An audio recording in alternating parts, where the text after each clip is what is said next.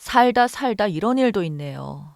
참 기가 막히고 왜 하필 저에게 이런 일이 생겼다는 게 화가 납니다. 저는 남편의 바람을 직접 제 두 눈으로 목격했어요. 참 우습게도 제 친한 친구의 집에 잠깐 들러 주차장으로 내려갔는데 남편의 차량으로 보이는 차가 있더군요. 그래서 다가가 봤더니 어떤 여자와 오붓하게 있는 겁니다. 남편은 제가 그 모습을 보게 되어서 그런지 튀어나온 남편의 발을 사정없이 내리쳤고, 남편은 저를 제압할 수 있었지만 그는 저에게 뺨을 내주고 그 여자는 저를 피해 달아났어요. 달려가 잡을 수도 있었지만 그 순간 그 여자 같은 것은 보이지 않았죠. 아이 때문에 집으로 가지 않고 주차장에서 저는 남편에게 그 여자에 대한 것을 모조리 들었습니다. 다음날 남편의 내연녀였던 여자에게 찾아가 사과를 받아냈고, 남편은 그 여자와 헤어질 것을 저와 약속했습니다. 그 뒤로 저와 남편은 아이 때문에 말 그대로 쇼윈도 부부가 되었습니다. 저희 사이에는 6살짜리 아들이 하나 있었기 때문에 아이가 성인이 될 때까지는 거짓된 부부의 생활을 연기하기로 했습니다. 저는 아이만을 바라보면서 여자의 자존심을 버리고 엄마의 도리를 하기로 했습니다. 그렇기 때문에 남편이 미치도록 싫었지만 아이 앞에서는 최대한 티를 내지 않았어요. 남편은 그날 이후로 아이에게도 더 좋은 아빠가 되기 위해 노력했고 저에게도 더 잘 보이려고 노력하는 것 같아 보였습니다. 하지만 이미 저는 남편에 대한 정이 모두 떨어진 지 오래였고, 남편이 잘 보이려고 애를 써도 저에게는 그저 더러운 놈이었어요. 동네 엄마들 사이에서 바람났다는 소문이 돌게 되면 아이에게 영향이 갈 수 있으니 최대한 사이가 좋은 부부인 척 연기를 했죠. 하지만 저희 부부는 아이 관련 이야기가 아니면 단 한마디도 나누지 않았고, 양쪽 집안에서도 남편이 바람을 핀 사실을 모르고 있었기 때문에 시댁과 친정을 찾아뵙기가 참 힘들더라고요. 그런데 이 자식이 정신을 차리지 못했는지 그새 또 바람을 피웠습니다. 남편은 알고 보니 저를 철저하게 속이고 생활하고 있었어요. 남편이 어땠냐면요. 일주일에 2번을 야근을 해야 한다고 했습니다. 솔직히 회사에서 높은 지위를 갖고 있어서 굳이 남편까지 안 나가도 되지 않나 생각하고 말했더니, 남편은 직원들에게 모범이 되어야 한다면서 그렇게 야근도 하고 심지어 격주로 토요일에 가끔 일도 있는데 저는 남편의 사정을 잘 모르니까 그런가 했습니다. 그런데 남편의 회사는 야근뿐만이 아니라 토요일도 근무를 하지 않는다고 하더군요. 이 사실을 알고 그동안 속은 배신감에 치가 떨려왔습니다. 그리고 남편의 바람도 이놈이 다시 피고 있는지 몰랐는데 오늘 함께 집으로 오는 길에 아이가 저에게 물어볼 게 있다고 했습니다. 엄마, 아빠는 왜 다른 이모랑 와? 그게 무슨 말이야? 아빠가 다른 이모랑 있었어. 아빠는 엄마도 좋고 이모도 좋은가 봐. 저는 그 말을 듣자마자 너무 큰 충격을 받았고, 혹시라도 아들이 충격을 받을까봐 저는 일부러 아이에게는 잘 설명하지 못하고 다른 주제로 말을 돌리게 되었습니다.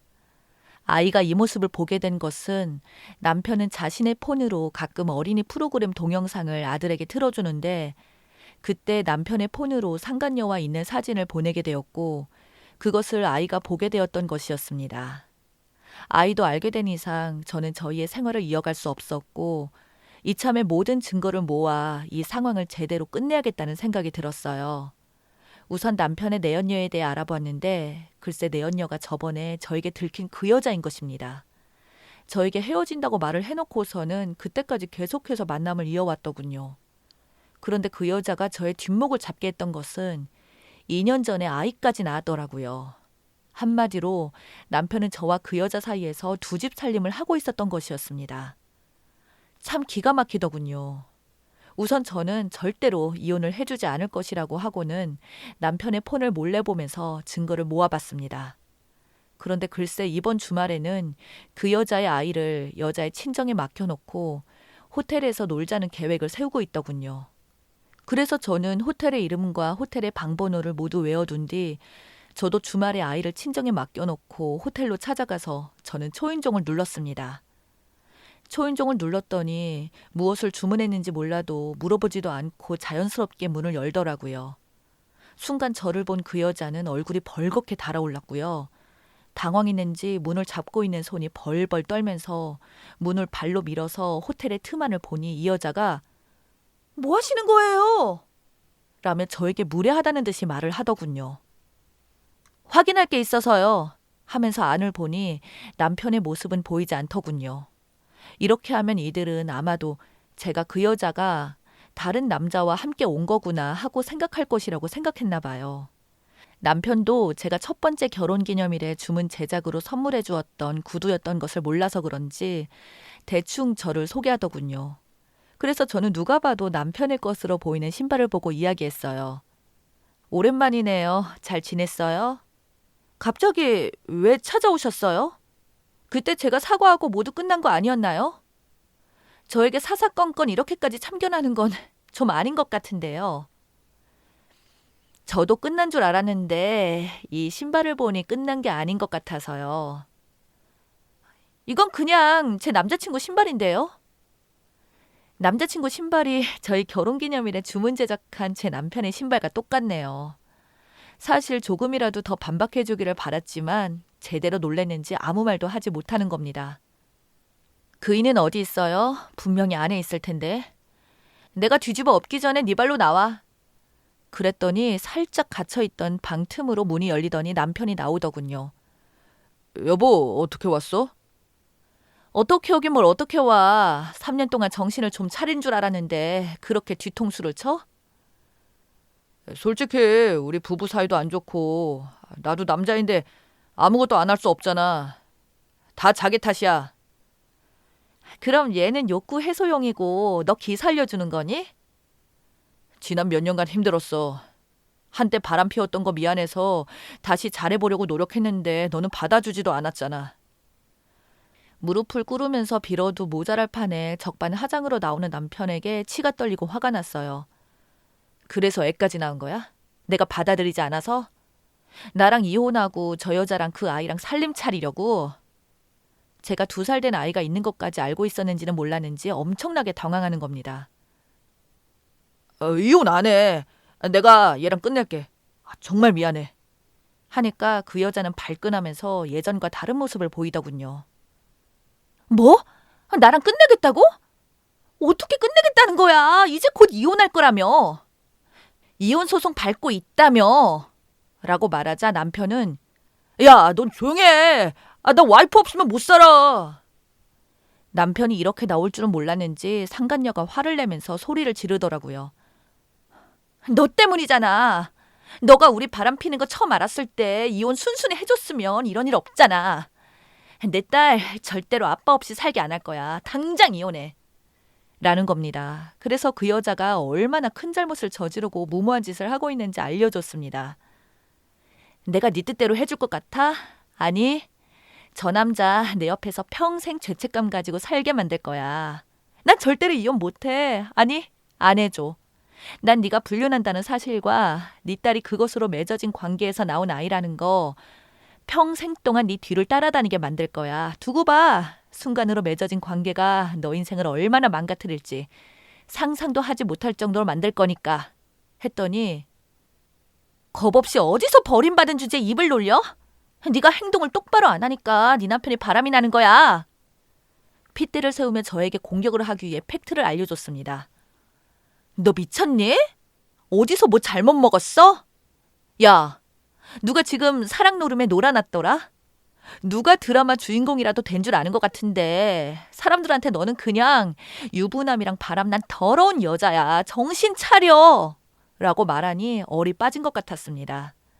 안으로 들어가기 전에 문틈에 그 여자 모르게 신발로 살짝 끼워놨더니 큰 소리에 사람들이 하나둘씩 모여들기 시작하고 그제서야 부끄러운 것을 좀 깨달았는지 서둘러 짐을 챙기더군요. 그러더니 너 두고 봐. 내가 어떻게 나오나. 말하고 사라지려고 하더군요. 솔직히 웃었어요. 남의 남편과 놀아나면서 마치 자기가 비련의 여주인공 마냥 이 사랑이 영원할 것처럼 행세하는 이 여자가 참 뭐 같아 보이더군요. 짐을 챙겨서 나가려는 상간녀의 머리채를 붙잡고 어디를 가냐며 뺨을 후렸습니다. 그 여자는 자기가 맞을 거라는 건 상상도 못했던 것 같았어요. 그러다 정신이 들었는지 갑자기 저에게 달려드는 거예요. 그래서 제가 남편에게 너 지금 얘 안 말리고 뭐해? 정신 차려. 너도 나한테 미친 짓 당하기 싫으면. 이라고 했더니 상간녀의 몸을 붙잡고 말리더군요. 저는 그 모습들을 사진을 찍어서 시어머니에게 보냈어요. 호텔에서 준 가운을 입고 광년이처럼 달려드는 상간녀, 그리고 팔을 붙잡으며 말리는 남편, 둘의 모습을 시어머니에게 문자 보냈습니다. 당신 아들이 지금 이 여자와 놀아났고 심지어 2살 된 아이까지 있다고, 나는 절대 이혼해주지 않을 거고 시댁에 찾아가서 인사를 드릴 용기가 없다고 했어요. 그리고 이제 이 문제 이후로 시댁을 찾아갈 일 없을 거라고 보냈습니다. 그리고 남편에게 말을 했어요. 네 엄마도 너의 그 추악한 더러운 짓 다 알게 됐으니까 이제 그 뒤 일은 네가 알아서 해. 어머님이 아셨다는 것은 완전 끝장났다고 보면 됩니다. 보통 남자보다 무서운 사람이거든요. 저는 남편에게 그렇게 전달하고 그리고 저는 그냥 그 호텔방을 나왔어요. 집에 들어와 소파에 앉아 있으니 참 많은 생각이 들었습니다. 남편의 바람을 2번이나 목격하게 되고 상간녀와 소리를 지르며 싸웠던 몇 시간 전의 상황이 실제로 일어난 일인지 믿겨지지가 않았어요. 흥분했던 제 감정이 조금 진정이 되고 나니까 손이 벌벌 떨리더군요. 이틀 정도 지나고 남편은 집에 돌아왔고 시댁에서 맞고 왔는지 팔과 다리가 예술이더군요. 저는 남편에게 반강제적으로 모든 재산을 제 앞으로 돌려놓게 만들었어요. 그리고 시댁에서도 한번 그 여자한테 가서 무슨 수를 써서라도 감옥에 쳐넣어버리겠다는 어머니의 말에 순순히 말을 들었다더군요. 지금 그 일이 일어난 지 딱 2년이 지난 날이에요. 강렬한 그날 이후 처음 밑에 있는 지방으로 내려가 좋은 곳에 살고 있다고 들었습니다. 사실 끝까지 쫓아가서 그 동네에 소문을 퍼뜨리고 미친 것 마냥 집안을 박살내고 싶었지만 그 이후로 남편과 연락하는 것도 사라진 것 같아 그냥 보고 있습니다. 혹시라도 똑같은 일이 일어날 때를 대비하여 상간녀가 이사간 집에 주소도 알아봤어요. 그리고 나중에 알게 되었는데 어머님이 그 여자를 만나 깔끔하게 손봐주고 해결했다고 들었습니다. 어머님이 한 번만 더 남편에게 얼씬거리지 않으면 아이는 어머님이 기르겠다고 했더니 남편을 포기했다고 하더군요. 이런 상황을 다 지켜본 지인은 한 번 바람핀 사람은 또 핀다고 그냥 깨끗하게 헤어지고 홀로 편하게 살라고 하는데 그냥 지금은 저를 내려놓고 아이만 생각하기로 했습니다. 아이가 성인이 되기 전에 제 마음이 다시 바뀔지도 모르겠지만 아직까지는 확고하네요. 그래서 현재 저는 남편과 이혼을 하지 않았어요. 이혼을 하는 것보다 항상 죄책감을 느끼도록 하는 것이 저의 최대한의 복수라고 생각하기 때문이에요. 하지만 아이가 성인이 되고 나면 별거를 할 생각입니다. 계획도 있고 결심도 확고한데 제가 어느 순간 변할지는 모르겠네요. 바람이 나는 것은 주변 사람들을 모두 망가뜨리는 행동인 것 같습니다. 제발 순간의 감정으로 주변 사람들의 삶을 망가뜨리지 말아줬으면 하는데 다들 너무 이기적인 사람들이 많아서 그런지 저 말고도 주변에 상처를 받는 사람들이 많네요. 아무튼 남편은 제 눈치를 보고 쩔쩔매면서 반등신으로 살고 있습니다. 제가 겪은 만큼 고통을 줄 겁니다. 시어머니한테 협박당해서 그런지 얌전하게 잘 지내고 있는데 한 번 더 저를 속인다면 그때는 제가 이놈을 무슨 수를 써서라도 감옥에 집어넣을 거예요. 그 여자는 자기가 스스로 만든 무덤에서 죄 없는 자식까지 고통을 받게 만들었지만 저는 끝까지 내 자식 잘 자랄 수 있도록 아빠 노릇 제대로 하게끔 할 거예요. 이래서 다 자업자득이라고 하는가 봅니다.